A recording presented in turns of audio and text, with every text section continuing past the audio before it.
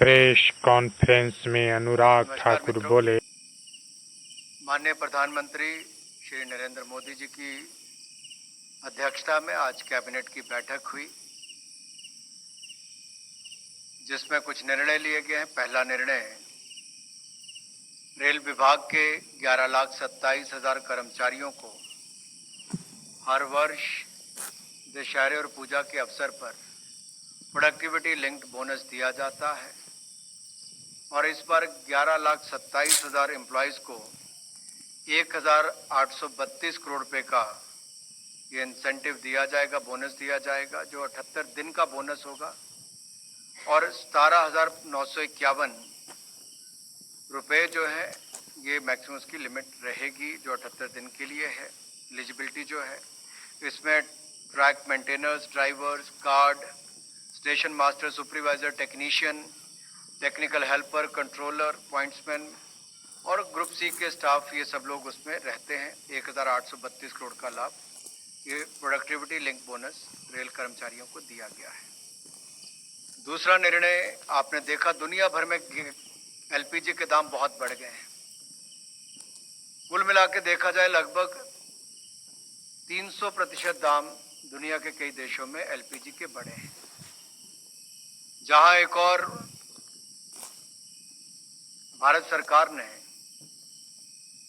मुफ्त अनाज देने का काम भी किया था, मुफ्त वैक्सीन देने का काम भी किया, वहां पर साथ ही साथ किसानों के ऊपर बढ़ते हुए खाद के दाम के भी बोझ नहीं पड़ने दिया। उसी तरह से ही बढ़े हुए जो दुनिया भर के दाम है उसके मुकाबले भारत में बहुत कम है, उसका बोझ जो हमारी पेट्रोलियम कंपनीज है, पब्लिक सेक्टर अंडरटेकिंग की जो ऑयल मार्केटिंग कंपनीज हैं, जून 2020 से लेकर जून 2022 तक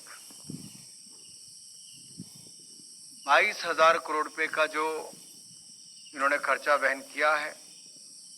वन टाइम ग्रांट भारत सरकार 22,000 करोड़ रुपए की दे रही है, ताकि आम नागरिक के ऊपर, देश की सामान्य जनता जो हमारे देश के नागरिक है उसके ऊपर इसका बोझ ना पड़े। तो उसके लिए one time grant public sector undertaking की ऑयल मार्केटिंग कंपनीज को दी गई है, जिसमें इंडियन ऑयल कॉर्पोरेशन लिमिटेड है, भारत पेट्रोलियम कॉर्पोरेशन लिमिटेड है और हिंदुस्तान पेट्रोलियम कॉर्पोरेशन लिमिटेड है।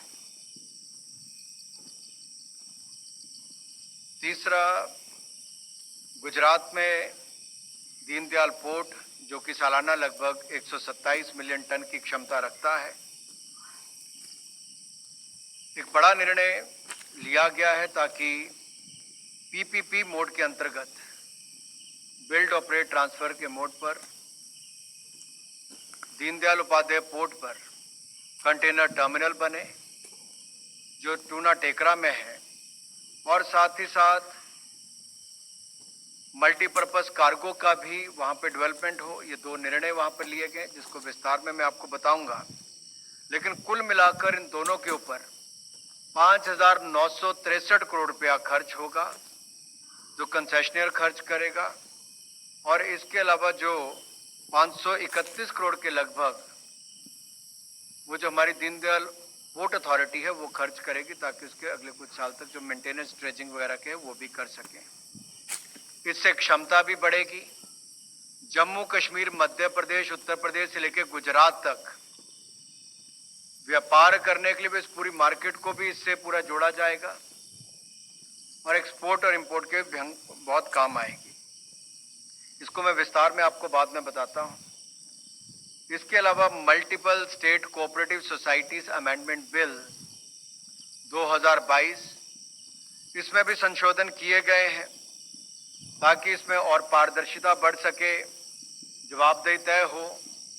और आपने देखा होगा कि ये जो मल्टी स्टेट कोऑपरेटिव सोसाइटीज हैं, इनके बहुत सारे कुप्रबंधन के मामले कई क्षेत्रों में आते थे, चाहे वित्तीय गबन हो या सोसाइटी के चुनाव की बात हो, उसमें विलंब की बात हो। ये जो बदलाव इसमें किए गए हैं, इसमें मल्टी स्टेट कोऑपरेटिव सोसाइटी के रजिस्ट्रेशन को भी सरल किया गया है, गवर्नेंस को भी सुधार लाने के लिए काम किया जाएगा। और यही नहीं, जिस तरह से भारत सरकार ट्रांसपेरेंसी और अकाउंटेबिलिटी के लिए जानी जाती है, पारदर्शिता और जवाबदेही के लिए और ईज ऑफ डूइंग बिजनेस के लिए लगातार मोदी सरकार काम करती है, कोऑपरेटिव मंत्रालय का गठन भी उसी दृष्टि से किया गया था कि नीचे रोजगार स्वरोजगार के साथ साथ कोऑपरेटिव मूवमेंट को और बल दिया जा सके। चाहे जेम के साथ जोड़ने की बाकी बातें भी पहले हुई हैं, उस दिशा में एक बड़ा कदम ये अमेंडमेंट बिल लाने का है। इसको मैं इसके बाद थोड़ा विस्तार में आपको बताऊंगा, कैसे चुनावी सुधार होगा, कैसे बोर्ड की कंपोजिशन होगी, SC ST से लेके महिलाओं का उस पे उनको नॉमिनेशन होगा उसके ऊपर, और निगरानी के साथ साथ वहां पर धन की व्यवस्था भी और ट्रांसपेरेंसी लाने के लिए क्या क्या किया जाएगा।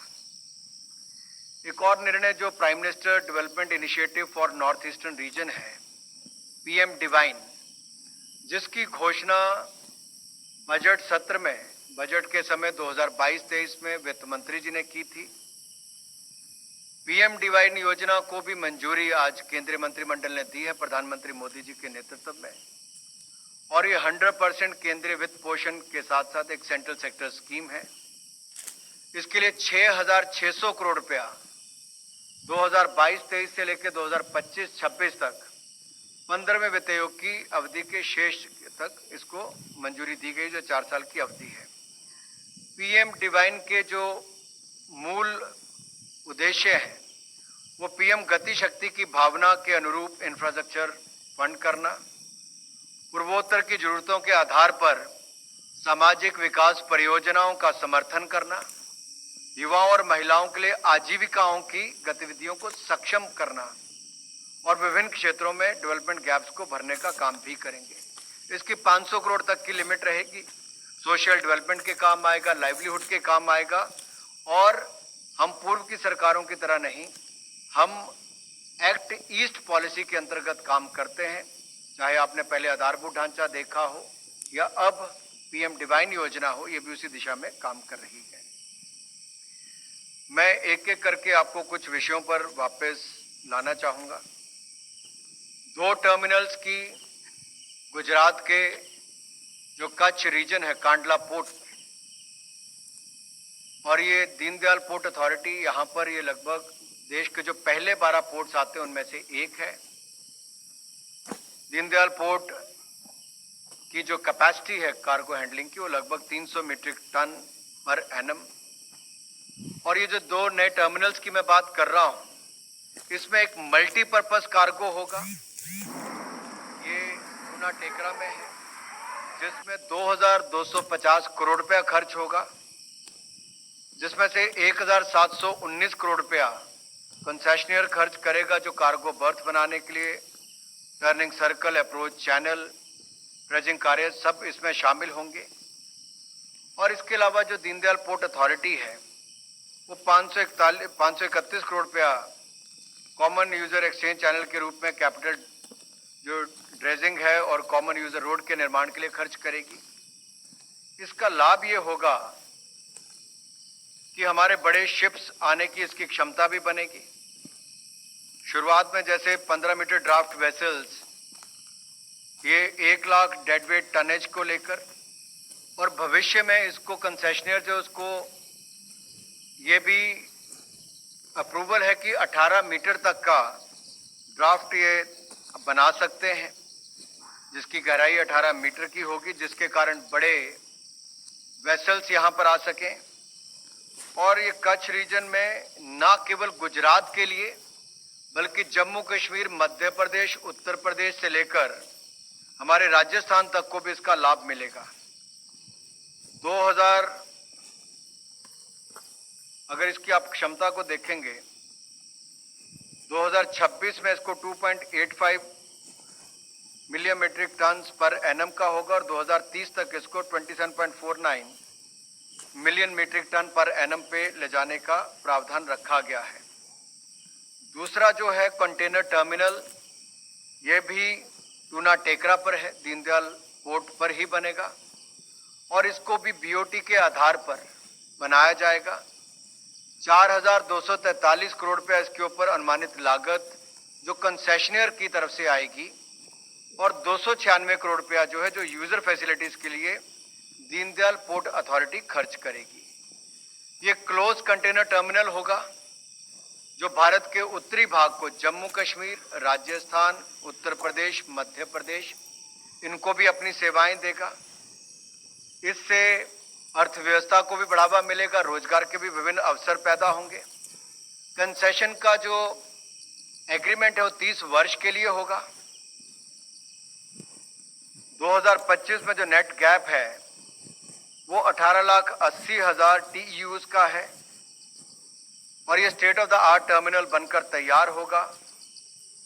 अगर इसके लिए आप देखेंगे, इसके लिए इंटरनेशनल कॉम्पिटिटिव बिडिंग के माध्यम से इसका चयन होगा और कंसेशनर जो है, जो उसकी ही जिम्मेदारी होगी कि इसके डिजाइन को, इंजीनियरिंग को, फाइनेंसिंग को, प्रिक्योरमेंट से लेके इम्प्लीमेंटेशन तक जो प्रोजेक्ट की है वो ही उन्हीं को ही करनी है। और ये BOT के आधार पर होगा। जब 30 वर्ष पूरे होंगे तो ये सरकार को वापस करना पड़ेगा और इससे कुल मिलाकर 21,90,000 TEUs पर एनएम की क्षमता बनकर तैयार होगी। शुरुआत में इसमें 14 मीटर का ड्राफ्ट वेसल्स आने का होगा, जिसको अभी प्रावधान है, और 6,000 TEUs इसके आने की रहेगा।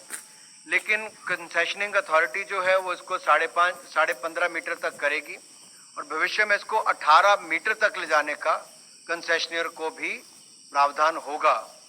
तो वो चैनल हो, बर्थ पॉकेट हो, टर्निंग सर्कल हो, इन सबको बनाने का भी वो काम करेंगे।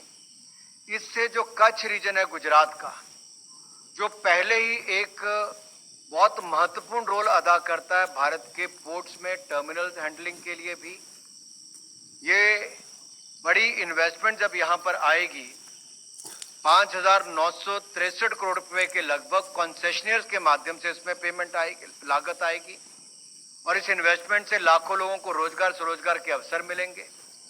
जम्मू कश्मीर, उत्तर प्रदेश, राजस्थान, मध्य प्रदेश से होते हुए सबको इसका लाभ मिलेगा और हमारे व्यापार को भी बल मिलेगा।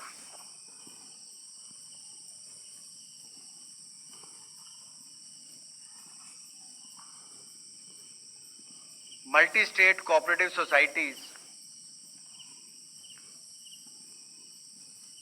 ये यूनियन लिस्ट में भी है और इसको सभी राज्यों से बातचीत करके उस दिशा में भी काम किया जा रहा है।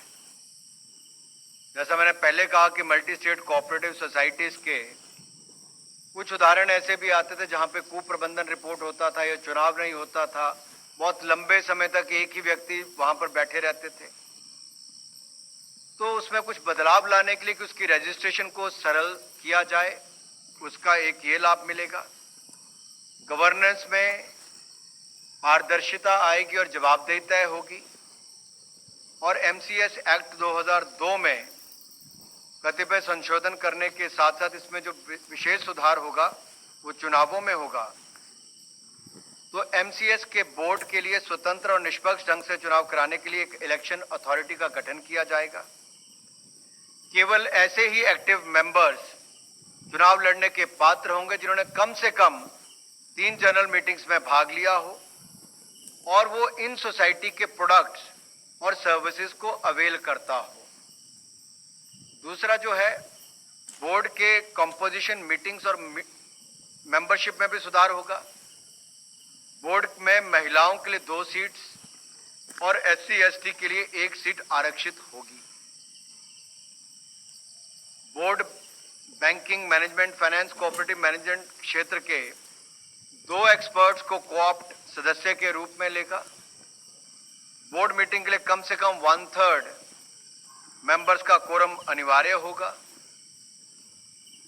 जहां गवर्नेंस और ट्रांसपेरेंसी की मैं बात करता हूं, तो सोसाइटी की रजिस्ट्रेशन के लिए लिक्विडिटी, एक्सपोजर आदि संबंधित फाइनेंशियल नॉर्म्स निर्धारित किए जा रहे हैं।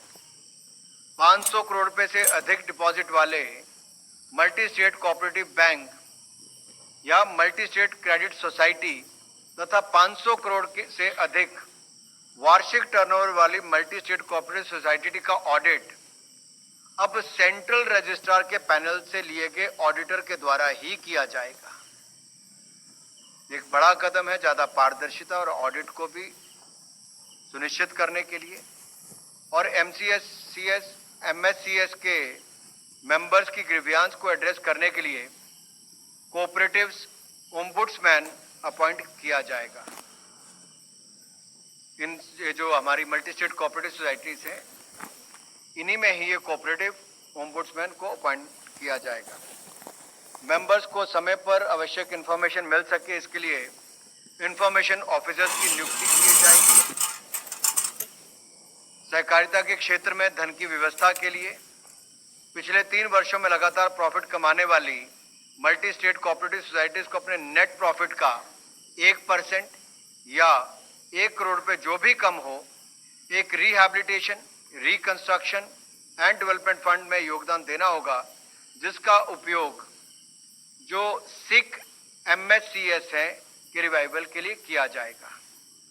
जहां तक निगरानी व्यवस्था में सुदृढ़ करने की बात हो, इसमें मिस रिप्रेजेंटेशन या फ्रॉड से बनी मल्टी स्टेट कोऑपरेटिव सोसाइटीज को वाइंड अप किया जा सकेगा।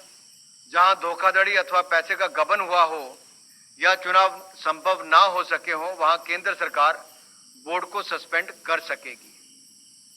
इन सब कदमों से ईज ऑफ डूइंग बिजनेस को लाभ भी मिलेगा। जहां पर आप एप्लीकेशंस हो, यानी कि सुगमता लाने के लिए applications, returns, reports, statement of accounts आदि को ऑनलाइन फाइल करने की व्यवस्था होगी। और ये मल्टी स्टेट कोऑपरेटिव सोसाइटी के रजिस्ट्रेशन की एप्लीकेशन प्रक्रिया ऑनलाइन की जा सकेगी और इसका डिस्पोजल भी 3 माह में किया जाना अनिवार्य होगा। ये भी निर्णय लिया गया है कि ये जो मल्टी स्टेट कोऑपरेटिव सोसाइटीज हैं, इनमें केंद्र सरकार की शेयर होल्डिंग को सरकार की अनुमति के बिना नहीं बेचा जा सकता।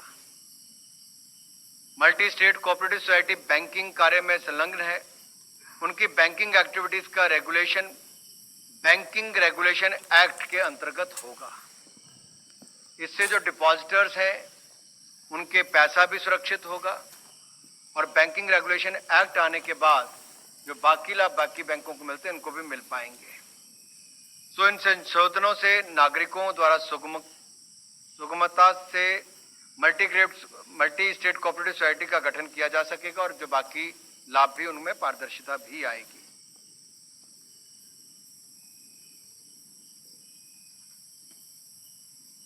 जहां तक नॉर्थ ईस्ट के लिए पीएम डिवाइन योजना की बात है, जैसा मैंने पहले कहा कि 4 वर्षों के लिए इसको लाया गया है। 2022-23 से 2025-26 तक पीएम डिवाइन को मंजूरी दी गई है। 6,600 करोड़ रुपए इसके लिए मंजूर किया गया है।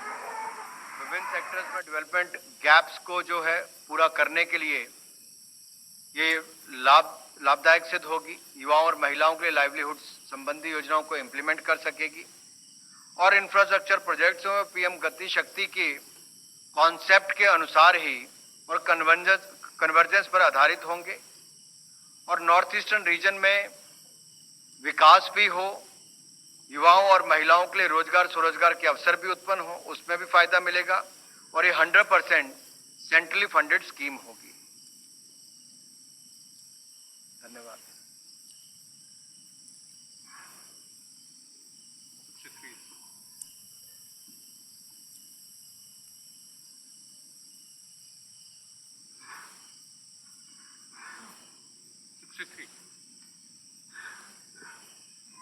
सर, मैं लक्ष्मण CNBC आवाज से। जो आपने LPG सब्सिडी का ऐलान किया है, उसमें आपने कहा है कि जून 2022 तक का जो नुकसान हुआ उसकी भरपाई के लिए किया गया है। उसके बाद भी गैस की कीमतों में बढ़ोतरी हुई है, क्या उसकी भरपाई भी इसमें की जाएगी? और दूसरा सवाल इसी से जुड़ा हुआ है कि ये सिर्फ डोमेस्टिक LPG के लिए है, क्या पेट्रोल डीजल पे भी अंडर रिकवरी है, वो उसका भी कुछ विचार किया जा रहा है? लक्ष्मण जी, धन्यवाद, आपने सवाल पूछा।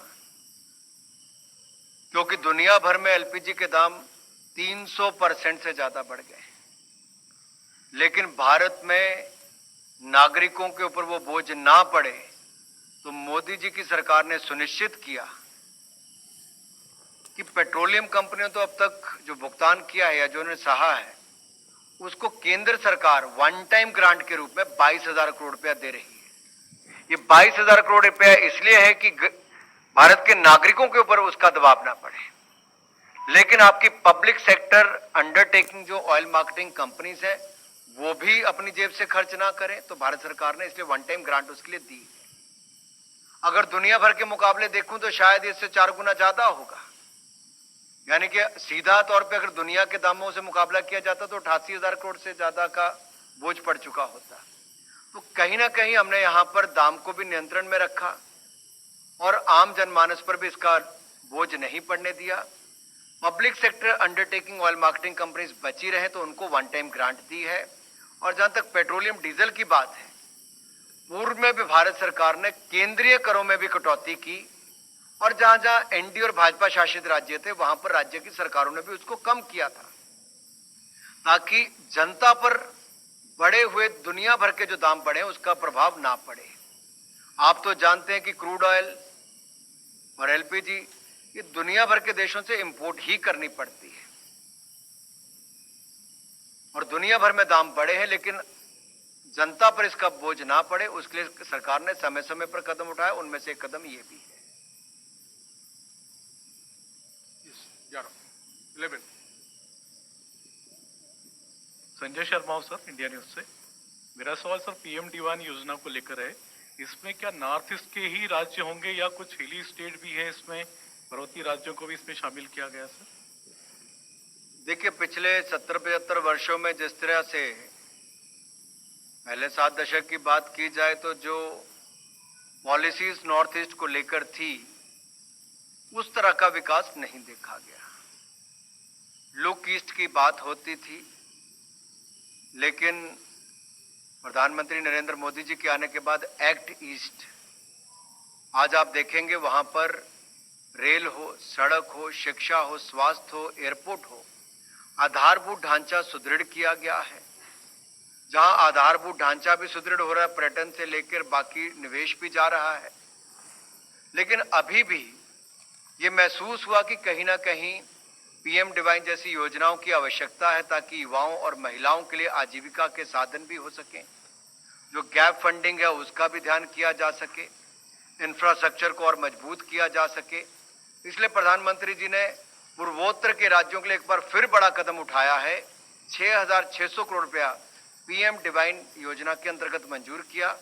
इसकी घोषणा तो बजट के समय हुई थी, लेकिन 4 वर्षों में देखिए ना केवल ये, इसके अलावा बहुत सारे प्रोजेक्टों को पूरा करने में भी, लागू करने में भी, रोजगार पैदा करने में भी, आजीविका के साधन खड़ा करने में भी बहुत बड़ा बल मिलने वाला है और ये नॉर्थ ईस्ट तक ही सीमित है। Sir Tarun Sharma from Zee business. Sir जो पेट्रोल, जैसे पूछा, ऑयल मार्केटिंग कंपनीज जो हैं पेट्रोल डीजल पे प्राइस कम नहीं किया है। 125 रुपये प्रति डॉलर बैरल जब था और आज 94 और नीचे में 84 तक जाके आया, तो क्या जो प्राइस ना कट करना, जो उनकी अंडर रिकवरी है वो क्योंकि अंडर रिकवरी की वजह से जो पैसा उनका नहीं बच पाया था, वो उस वजह से सरकार चाह रही है कि वो प्राइस कट ना हो, क्योंकि एक स्कोप वहां पे जरूर दिखे। देखिए, जैसा मैंने कहा कि हम लोग इंपोर्ट तो करना ही पड़ता है और दुनिया भर में दाम मेरे से और आपसे छिपे किसी से नहीं है। अगर 300% वृद्धि की बात मैं दुनिया भर में कर रहा हूं तो आप कल्पना कर ही सकते हैं कि अगर कुल मिलाकर देखा जाए तो कितना प्रभाव पड़ता सीधा जनता पर। कहीं ना कहीं जो हम लोग सब्सिडी वाला पार्ट है या जो दबाव इनके ऊपर ऑयल मार्केटिंग कंपनीज के ऊपर आया, जो दाम दुनिया भर में बढ़े, उसको रिकवर करने के लिए हमने वन टाइम ग्रांट दी ताकि इनके ऊपर बोझ उसका ना आए। जनता के ऊपर तो बचाया ही बचाया, लेकिन ऑयल मार्केटिंग कंपनीज के भी 22,000 करोड़ रुपया बहुत बड़ी अमाउंट है। उनकी बैलेंस शीट भी खराब ना, उनके वर्किंग पर भी, काम करने पर भी प्रभाव ना पड़े, लेकिन कुल मिलाकर जनता को अपनी सेवाएं भी देते रहें, उसमें बाधित ना हो, उनके ऊपर भी दाम ना ज्यादा पड़े, उसके लिए भी कदम उठाए गए।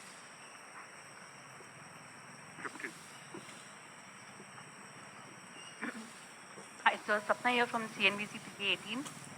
You mentioned, sir, that the amendments to the multi-state cooperative societies, all of that, and the regulation not under the Banking Regulation Act, isn't it already under the BRA, sir? Just want to understand that.